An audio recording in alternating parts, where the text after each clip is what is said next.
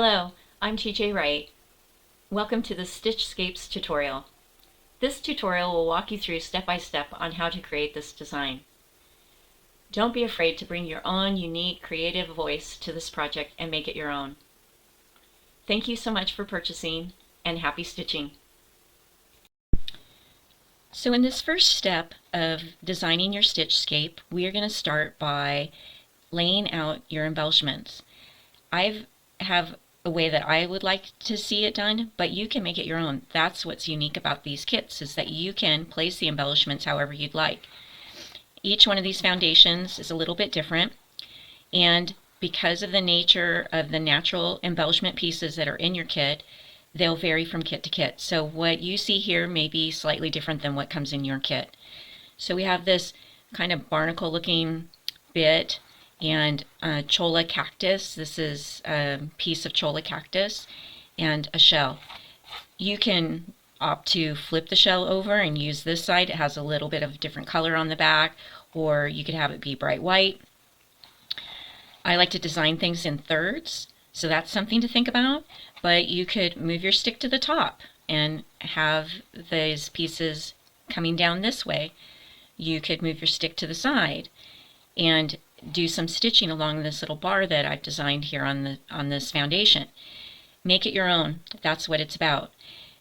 Once you've decided how you would like to do it, what I like to do is to take a fine tip marker and just do a real light outline so that you know where your pieces are going to go. We're going to cover this up with stitching so you won't see it. Of course, you don't want to use a really robust marker like a Sharpie, unless it's a fine tip Sharpie. We just want a basic understanding of where this piece is going to go. In the same way with this, I like to create like a little outline of where they're going to sit. Maybe you don't want to do any outline at all, and that's fine too. Once you have your marks in place, set these aside for now, because we're going to stitch the foundation and then add the embellishments towards the end. In the next video, we'll start doing some stitching. So the next step for us is going to be to start stitching, and because I'm wanting to have this stick off to the left hand side and I have this bar here, my plan is to do some running stitches that run across this bar, and I'm going to use a little bit of each of these. This is actually silk floss, and the color I'm starting out with is H204, and this is a variegated floss from Valdani yarn, and this is silk. What I did was I split it. There's 6 strands in the floss, and I'm using 3 wavy lines that I'm going to do because I'm going to blend in these other 2 colors. But I'm going to start out with this H204, which is kind of a variegated rose color. Running stitch is a really easy foundational stitch to do. So you come up through the back, down through the front, and you can pinch off like that, and then take another stitch and pinch off again. Or if you're more comfortable, you can just go down through the front and back up through the back.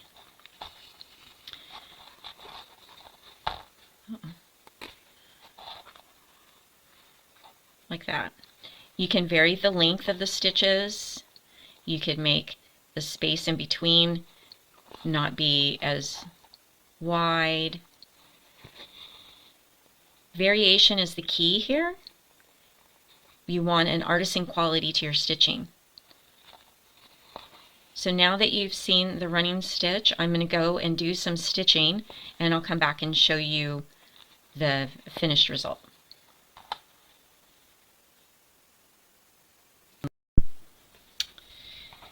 So you can see here that I have added quite a bit of the H204. I split this silk floss.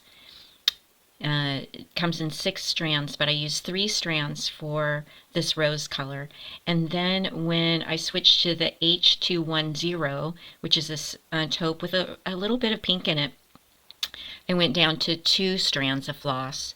And then for this off-white, which is number 4, again, this is the silk floss. I used one strand, and you can see how it created almost like a delicate effect with it, and the background is starting to look a little bit woven, which I am really liking. I didn't go all the way across on some of these, and being mindful of the little outline I created, so there was no need to waste time stitching or thread.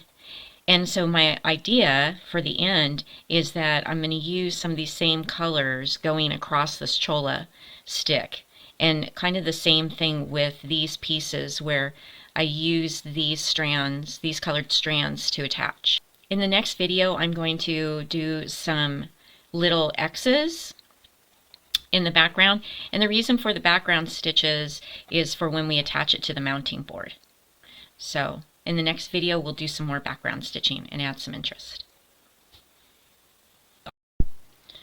So now we'll do a series of X's or crosses, and I'm using 2 strands of the silk floss color 4, which is off-white, and coming up through the back and down through the front, up through the back and down through the front. And I am just going to randomly place some of these X's. Probably won't go all over the piece, but I just like to add a little bit of extra interest in there. And after I've completed some of these, I'm going to add some French knots in. We'll be using these stitches to help attach the mounting board at the end after we've attached the embellishments. I'm going to do some of these X's, and then I'll come back and show you how to do the French knots.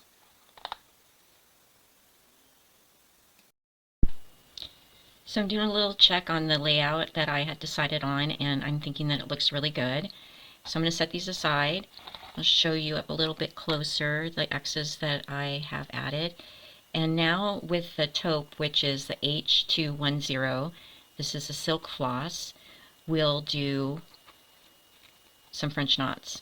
So come up through the back with your thread on the front, wrap 3 times, and then bring your needle down next to where the thread came up, and you want to hold your thread, but don't hold it so tight that you can't get your needle through, and just do a series of knots. So these X's, and more than likely I will use this taupe to attach the mounting board with, and do a series of knots. While they're not super visible right now, they just add interest and something else to look at in the background of our piece. So wrap 3 times, and then go back down next to where the thread came up through, and pull gently through, holding onto your thread. Let's do one here. 1, 2, 3.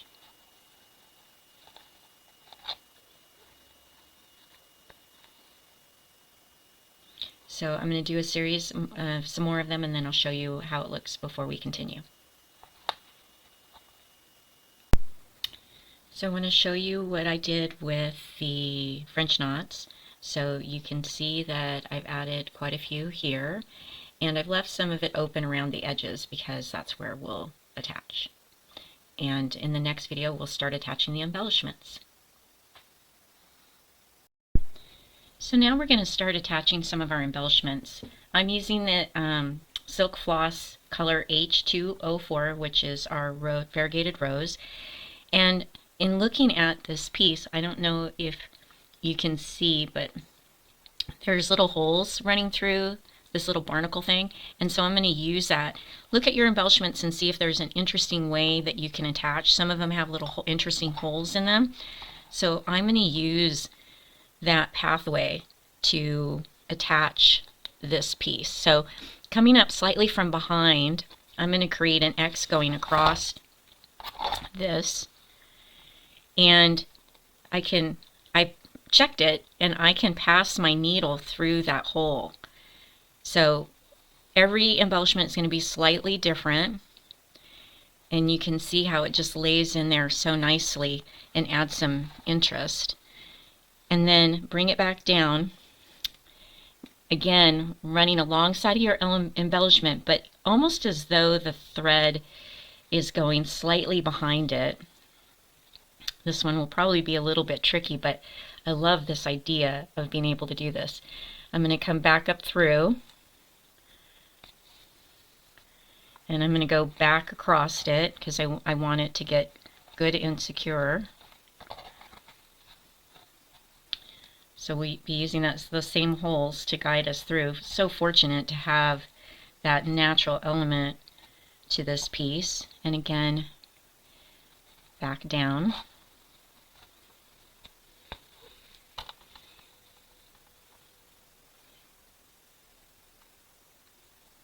And make sure it's taut. And then I'm going to come back across from behind onto this side.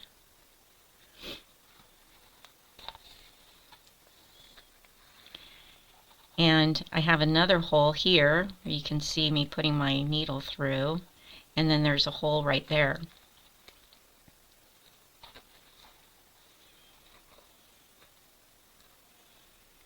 So when you're attaching your embellishments, look for some interesting ways that you might be able to weave your thread in the pieces, and test your needle out to make sure that it'll pass through.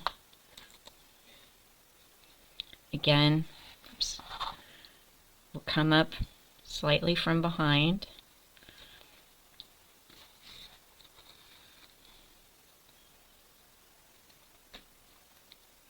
And run that thread through that natural hole that nature gave us.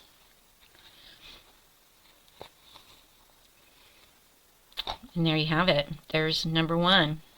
I'll tie off.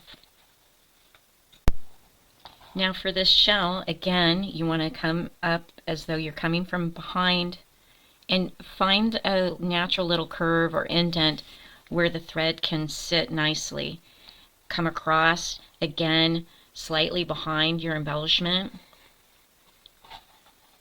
holding in place. Have it be somewhat taut. Come back up through, and then back down.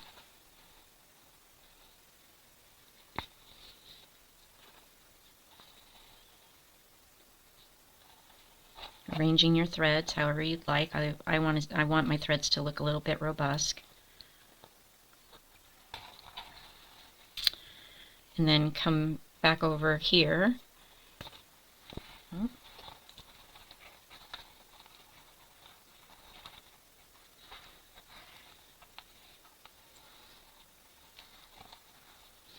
And we'll make an X going across.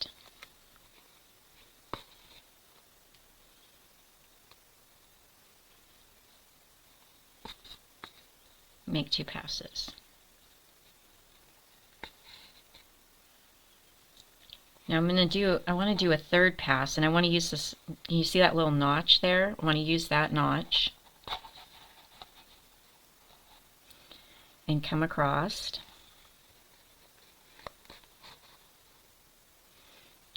Come back up through.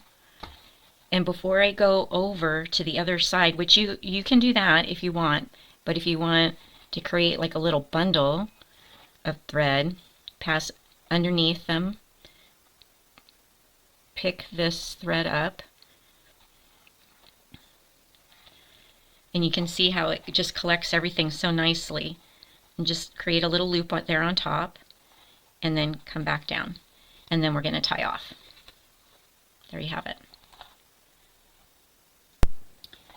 To attach the cholla cactus, the great thing about these little pieces of cactus is they have these open slots in them. I am using a double strand of floss, and I'm using all 6 strands through each. I'm coming up and lining up with this pink thread, or the rose-colored thread, and coming back down to attach it, as though it got stitched on when we did those stitches. So come up alongside the piece of cactus, keeping everything taut and coming back down.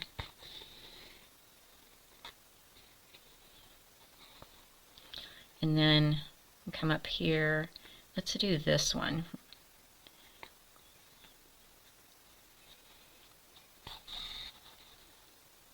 And back down. You have to have a little bit of patience because, see, I got that tangled. So just be patient. Untangle your thread so that when you pull it through, it pulls through nicely. And here we have another one. So we'll come up here and back down.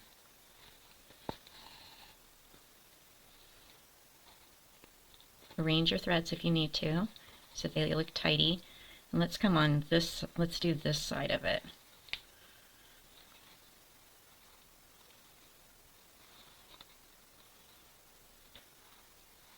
There we go. And then back down. I think that looks really smart. And we'll tie off. So in our next video, we'll start attaching this stitchscapes to the mounting board using the French knots.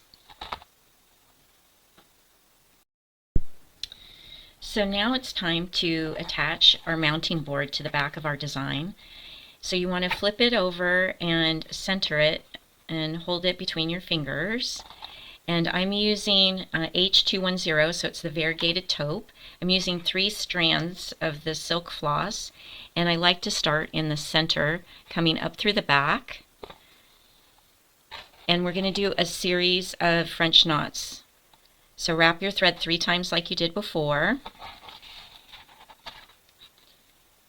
Being careful to manage your thread so they don't get hung up on your embellishments. And pull the thread through.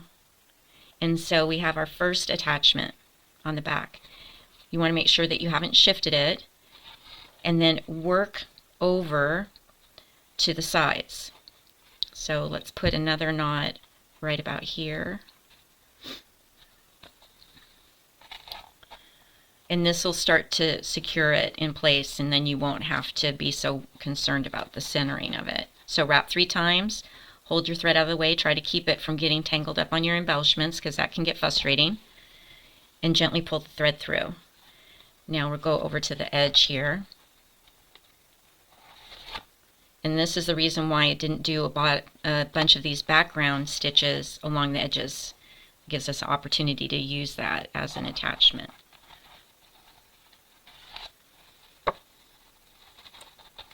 And pull through. Here you go.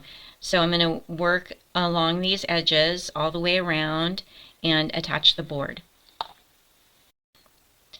So you can see here that I have added some more French knots and how it's attached on the back, starting in the center and working around the outer edges. So it's seamless, you can't see it. In the next video, I'll show you how to attach the mounting squares. So now that we have attached our mounting board on the back, we will attach the mounting squares. So avoiding the stitching, apply the squares in a grid fashion, and you may want to focus on areas where you might have, if one of your embellishments is kind of heavy, so there's one right behind that little barnacle bit there. So I do 3 across and 3 down. And this will give you the ability to attach to another substrate when you go to frame, or you can choose not to use these at all. I find they work best when they're paper or cardboard type product on both sides. I've tried attaching it to fabric and they just don't hold up long term. So learn from my mistakes. So attach your mounting squares 3 down, 3 across, and you're good to go. Now it's time for framing. I hope you enjoyed making this stitchscapes. Thank you.